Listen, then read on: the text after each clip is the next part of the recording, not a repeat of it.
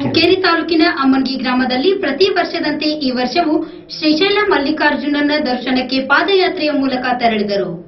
ಪ್ರತಿ ವರ್ಷದಂತೆ ಈ ವರ್ಷವೂ ಕೂಡ ಮಾರ್ಚ್ ತಿಂಗಳಿನಲ್ಲಿ ಅಮ್ಮನ್ಗಿ ಮಲ್ಲಿಕಾರ್ಜುನ ದೇವಸ್ಥಾನದಿಂದ ಶ್ರೀಶೈಲ ಮಲ್ಲಿಕಾರ್ಜುನ ದೇವಸ್ಥಾನದವರೆಗೆ ಪಾದಯಾತ್ರೆಯಿಂದ ಭಕ್ತರು ನೂರಾರು ಸಂಖ್ಯೆಯಲ್ಲಿ ಇಂದು ಅಮ್ಮನ್ಗಿಯಿಂದ ಪಾದಯಾತ್ರೆ ಹೊರಟರು. ಊರಿನ ಸರ್ಕಲ್ ಬಳಿ ಗುರು ಹಿರಿಯರು ಅವರನ್ನು ಬೀಳ್ಕೊಟ್ಟರು. ಈ ಸಮಯದಲ್ಲಿ ಯಾತ್ರಿಕರಿಗೆ ಭಕ್ತರು ದಾರಿಯಲ್ಲಿ ತಂಪು ಪಾನೀಯ, ಹಣ್ಣು ಹಂಪಲು, ರಾಗಿ ಅಂಬಲಿಗಳನ್ನು ಕೊಟ್ಟು ಬೀಳ್ಕೊಟ್ಟಿದ್ದು ಭಕ್ತಿಭಾವವನ್ನು ಪ್ರದರ್ಶಿಸಿದರು. ಈ ದಿವಸ ಈ ಶುಭಗಳಿಗೆಲ್ಲೇ ನಾವು ಶ್ರೀಶೈಲ ಯಾತ್ರೆಯನ್ನು ತೆಗೆದಿದ್ದೀವಿ. ಎಲ್ಲರೂ ಪಾದಯಾತ್ರೆ ಮಾಡ್ಕೊಂಡು ಹೋಗ್ತಾ ಇದ್ದೀವಿ. ಇದರ ಮೂಲ ಉದ್ದೇಶ ಏನಿದೆ ಅಂದರೆ, ದೇವರು ಎಲ್ಲ ಕಡೆಗಿದ್ದಾನೆ, ಅಮ್ಮನಿಯಲ್ಲೂ ಇದ್ದಾನೆ, ಶ್ರೀಶೈಲೂ ಇದ್ದಾನೆ, ಆದರೆ ನಮ್ಮ ಮನಸ್ಸಿನಲ್ಲೂ ಇದ್ದಾನೆ. ಆದರೂ ಸಹಿತ ನಮ್ಮಲ್ಲಿ ಮನೋಬಲ ಜಾಸ್ತಿ ಆಗೋದ್ರ ಸಲುವಾಗಿ ನಾವು ಪಾದಯಾತ್ರೆ ಮಾಡೋದ್ರಿಂದ ನಮ್ಮಲ್ಲಿ ಆತ್ಮವಿಶ್ವಾಸ, ಧೈರ್ಯ, ಶಕ್ತಿ ಇವುಗಳೆಲ್ಲ ಬೆಳವಣಿಗೆ ಆಗ್ತವೆ. ಇದರ ಉದ್ದೇಶ ಏನಂದರೆ, ಸಬಲವಾದ ನೈತಿಕ ಶಕ್ತಿಯಿಂದ ಕೂಡಿದಂಥ ಸಮಾಜ ನಿರ್ಮಾಣ ಆಗ್ತದೆ.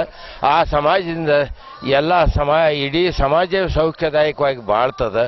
ಆ ಉದ್ದೇಶ ಈ ಯಾತ್ರೆ ಹಿಂದೆ ಐತಿ. ಅದಕ್ಕೆ ನಾವೆಲ್ಲರೂ ಸುಖರೂಪವಾಗಿ ಅಮ್ಮನಿ ಮಲ್ಲಿಕಾರ್ಜುನ ಗುಡಿಯಿಂದ ಪ್ರಾರಂಭ ಮಾಡಿ ಶ್ರೀಶೈಲವರೆಗೆ ನಮ್ಮ ಪಾದಯಾತ್ರೆಯನ್ನು ಮುಗಿಸ್ತೀವಿ ಅಂತ ಹೇಳ್ಕೊಳ್ಳೋಕೆ ನನಗೆ ಬಹಳ ಸಂತೋಷ ಅನಿಸ್ತದೆ. ಈ ಸಂದರ್ಭದಲ್ಲಿ ಊರಿನ ಹಿರಿಯರು ಗಣ್ಯಮಾನ್ಯರಾದ ಅಂದಾನಯ್ಯ ಹಿರೇಮಠ್, ಪ್ರಕಾಶ್ ದೇಸಾಯಿ, ಗುರುಸಿದ್ಧ ಹುದ್ದಾರ್, ಶೇಖರ್ ದೇಸಾಯಿ, ಶಂಕರ್ ಚೌಲಾ, ಕಾಡಪ್ಪ ವಾರ್ಷಿ, ಅಪ್ಪಾಸಾಬ್ ಹುಂಚಾಳಿ, ಬಾಬು ಹುಂಚಾಳಿ ಹಾಗೂ ಮುಂತಾದವರು ಉಪಸ್ಥಿತರಿದ್ದರು.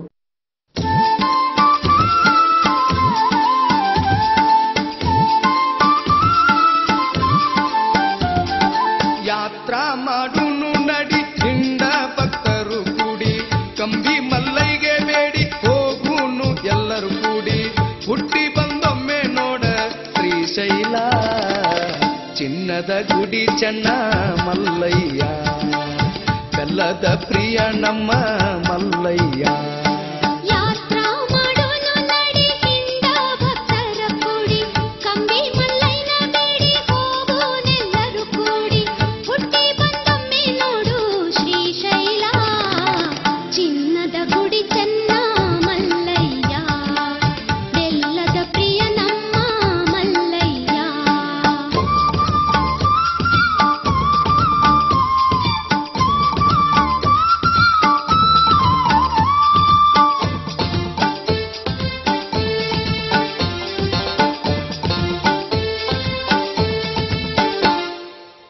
ದಾರಿ ಕತ್ತಲ ಕಾಡ ಅಂಜಿ ಕೆಂಬುದು ಬ್ಯಾಡ, ಕಾಯ್ತಾ ನನ್ನಾಗ ಲೋಟಿ ವೀರಭದ್ರ, ಪರಶಿವನ